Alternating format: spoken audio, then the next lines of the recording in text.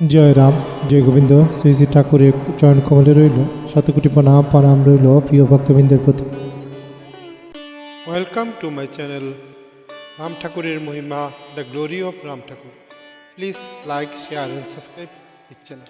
Thanks for watching. অদৃষ্ট চক্রের দ্বারা জীবের গতাগতিতে লাভ এবং লোকসান হইতে সুখ দুঃখের তরঙ্গে নানাবিধভাবে আনন্দ লাভের জন্য নানা উপায় অবলম্বন করিতে যায় বটে, কিন্তু ভাগ্যফল যাহা নির্দেশ আছে তাহার অতিরিক্ত কিছুই দিতে পারে না। অতএব সর্বদাই অদৃষ্ট যাহা থাকে তাহা বুকের জন্য ব্যস্ততা না রাখিয়া কেবল নাম করিতে থাকিবে। নাম আর ভগবান একই। নাম আর ভগবান যদি একই হয় তবে নামকে দূরিয়া থাকিলে তদ্বারা আনন্দ লাভ করিতে পারে। ভাগ্যফল যাহা করিবে তাহাই লাভ মানিয়া সংসারে যাবতীয় কর্ম করিতে চেষ্টা রাখা উচিত। ভগবান যাহা করিবেন তাহাতে আর কোনো প্রয়োজন না করিয়া সর্বদা নাম করিয়া যাইবেন। নামই সকল অবস্থার আবরণ হইতে উদ্ধার করিবেন, সন্দেহ নাই। মনের দ্বারা যাহা নির্দেশ করা যায় তা কেবল ক্ষণভঙ্গুর সীমাবদ্ধ মাত্র, অস্থায়ী পদার্থ, কিন্তু ভগবানের নাম নিত্য স্থায়ী পদার্থ। অতএব নামের সঙ্গে থাকিতে সুখ দুঃখ যা হোক না, নাম নিয়া পড়িয়া থাকাই উচিত। নাম বই আর কিছুই নয়। সংসারের উপর অনুপায় ভাগ্যই শান্তি চেষ্টা করিবেন। চেষ্টা করিতে করিতে নিত্য পদার্থ গোচরে পড়িয়া যাইবে। ভাগ্য অনুসারে জীবের আয় ব্যয় শক্তি প্রাপ্ত হইয়া যায়। ভাগ্যের অতিরিক্ত কেউই কিছু পাইতে পারে না। নাম বলিতে গেলে সত্য অর্থাৎ খাঁটি বস্তুকে বোঝায়। নামই সত্য, নামকে ধরিয়া থাকলে স্বধর্ম হইয়া থাকে। জয় রাম, জয় গোবিন্দ। জয় রাম, জয় গোবিন্দ। এটি শ্রী শ্রী রাম ঠাকুরের বেদবাণী থেকে একটি গুরুত্বপূর্ণ শিক্ষামূলক অংশ।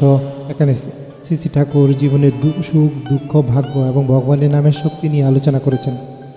তা নিম্নরূপে ব্যাখ্যা করা যাইতে পারে। অদৃষ্ট চক্র ও ভাগ্য। জীবনের সমস্ত ঘটনা এবং পরিস্থিতি অদৃষ্ট বা ভাগ্যের উপর নির্ভরশীল। আপনি যতই চেষ্টা করুন ভাগ্যের পরিসীমা অতিক্রম করতে পারবেন না। আপনার জীবনের সুখ দুঃখ লাভ লোকসান সব কিছুই এক ধরনের চক্র দ্বারা নিয়ন্ত্রিত। জীবনযাত্রা এবং উপকারিতা বা ক্ষতি কোনো কিছুই আপনার ইচ্ছার বাইরে। অদৃষ্ট বা ভাগ্য যা নির্ধারণ করে সেভাবেই জীবন চলবে। 2. ভগবানের নামের শক্তি। শ্রী শ্রী ঠাকুর বলেন, জীবনে কঠিন পরিস্থিতি ও অস্থিরতা থেকে মুক্তি পাওয়ার একমাত্র পথ ভগবানের নামের স্মরণ। যেহেতু ভগবান নামই সত্য, তাই এই নামের সমস্ত অসুখী পরিস্থিতি থেকে আপনাকে রক্ষা করতে পারে। যে ব্যক্তি নামের সঙ্গে যুক্ত থাকে সে পৃথিবীর সমস্ত অস্থায়ী দুঃখ কষ্টের ভোগের পরেও শান্তি ও আনন্দ লাভ করতে পারে। অর্থাৎ আমাদের সমস্ত জীবনের সান্ত্বনা এবং মুক্তির পথ হলো নাম জপ করা এবং ভগবানের নামের প্রতি বিশ্বাস রাখা। 3. বিভিন্ন উপায় অবলম্বন করা। মানুষ সাফল্য বা সুখের জন্য বিভিন্ন উপায় অনুসরণ করে, কিন্তু শ্রী শ্রী ঠাকুর বলেছেন যে ভাগ্য বা নির্ধারিত তা কেবল ভগবানের নামের প্রতি বিশ্বাস রাখতে হবে। আমাদের প্রতিটি কাজ বা প্রয়াস যদি ভগবানের নামে জড়িয়ে থাকে তাহলে আমাদের হৃদয় শান্ত এবং সত্যের প্রতি নিবেদিত থাকবে।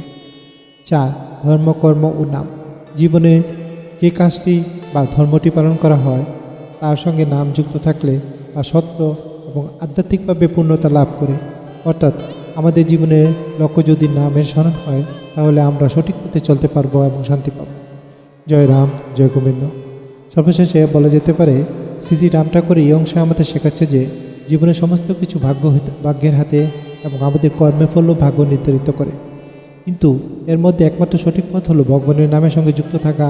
নাম আত্মার শক্তি এবং শান্তির সঠিক উৎস, যা মানুষের জীবনে সব ধরনের কষ্ট থেকে মুক্তি দেয়।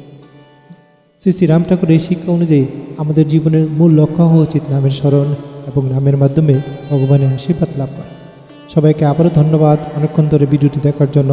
সবাই ভালো থাকবেন। শ্রী গুরুর কৃপা সবার উপর বর্ষিত হোক। গুরুর আশীর্বাদে জগৎ আলোকিত হোক। জয় রাম, জয় গোবিন্দ।